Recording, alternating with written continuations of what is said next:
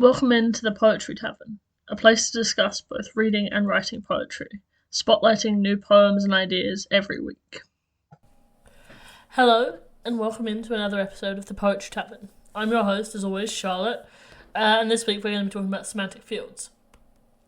Now, semantic fields is a pretty simple concept. It's basically when a poem or a piece of work has words that all fit into the same sort of field, like the same sort of idea.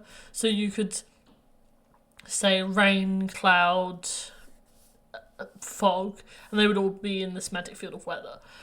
One of the things that was interesting about doing this is that a lot, if not most, poems use semantic fields in one way or another. So limiting down to ones that are kind of more obvious. It took a little bit of work, but honestly, I just picked the first sort of ones that came to mind. So I have one that's really obvious and one that's a bit more subtle. But instead of me waffling about it, let's just get into it. Alright, so our first poem is Semantic Field by Bratten. Again, I love a thing that just says what it does on the tin. So let me read it. The poet has created a semantic field of fields of oats, wheat and barley, corn and rye. The poet has created a semantic field of rape. The poet describes a goddess weeping in a semantic field of asphodels. The poet describes a poet dying in a semantic field of poppies. The poet describes a politician running through a semantic field of wheat. The poet is respected in her semantic field.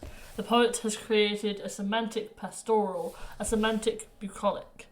The poet has created a semantic pasture, a semantic window, a semantic leas, and semantic glebe, semantic meadow, sward and lea. The poet is trapped in a semantic field. The semantic gates are shut and the fence is high. There are no semantic styles. The poet's semantic field is fallow. There are horses ploughing the poet's semantic field, furrowing, harrowing, and cleaving. The poet has created a semantic minefield. The poet has created. Interestingly, although it is saying that it's created a bunch of different semantic things, a lot of them are very nature-based, and I'd even go so far as to say cultivated. It also there's sort of towards the end the idea of the farm, and the fields as being those to be harvested, and almost as if it's saying the semantic field, you have to get something out of the semantic field. The idea of the poet being trapped in this field is really interesting as well, because it's almost like saying that they become limited by the fact that they are trying to stick within this semantic field to the things that they can say. So the poet is basically creating their own undoing.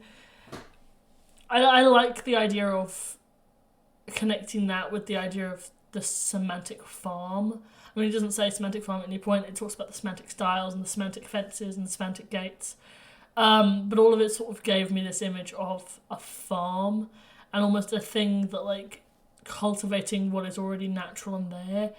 I think it's just a really interesting way to look at semantic fields while also using semantic fields. I love a thing that does what it says on the tin. I'm very much a big fan of do as you say poems. So our next poem is one that I'm returning to after a little while. I haven't read this poem in, I want to say 6 years. Not to say that it's a forgettable one, but it's so ingrained in my head that I just never felt the need to actually go back to it, because I'm I know what that poem is, I know what that poem's about. But let me just read it for you, because me saying, oh, I know what it's about, doesn't actually give you an idea of the poem. It's one about Ozymandias by Percy by Shelley, by the way.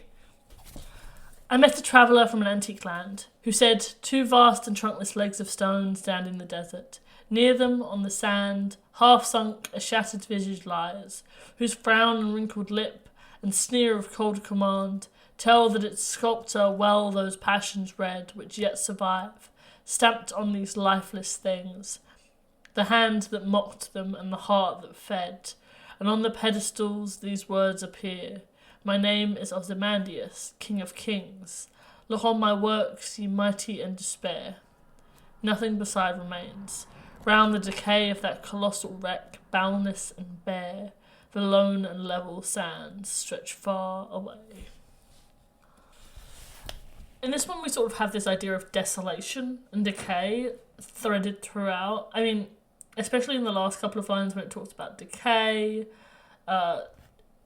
these legs being the only thing that remains, boundless and bare, lone and level. When it's all about sands, we often picture the desert as somewhere desolate or at least abandoned. The word lifeless within the description given by the traveller, the need for survival. Yeah, it's very much like talking about this desolate land of where nothing anymore lives behind this statue. Interestingly, if you look at the history, Ozymandias was a brutal tyrant, and it's almost like saying, this is what remains of this tyrant's kingdom. His cruelty destroyed it. And it was so interesting to come back to, and remembering this poem, I always felt it had such weight, but it is a short poem, and it has a lot to say. If you literally tear it apart and pull out the stitchings, and it has a lot to say, but it does it in a sort of condensed way. I mean, it's not 3 lines short, but it isn't sonnet long. It's interesting, and it is compact and filled to the brim with interesting things. So that brings us to the end of our episode. Thanks everyone for listening. I've had good fun with this one, as I always do. Next week is going to be all about anaphora, which is basically just when you have a phrase or a word that repeats at the beginning of each sentence to create impact. When I was looking at examples of anaphora, it kept telling me about the Martin Luther King speech. So it's sort of the I have a dream speech, in that sense that it repeats I have a dream, which it's sort of become infamous for. Anyway, until you guys next time. Bye.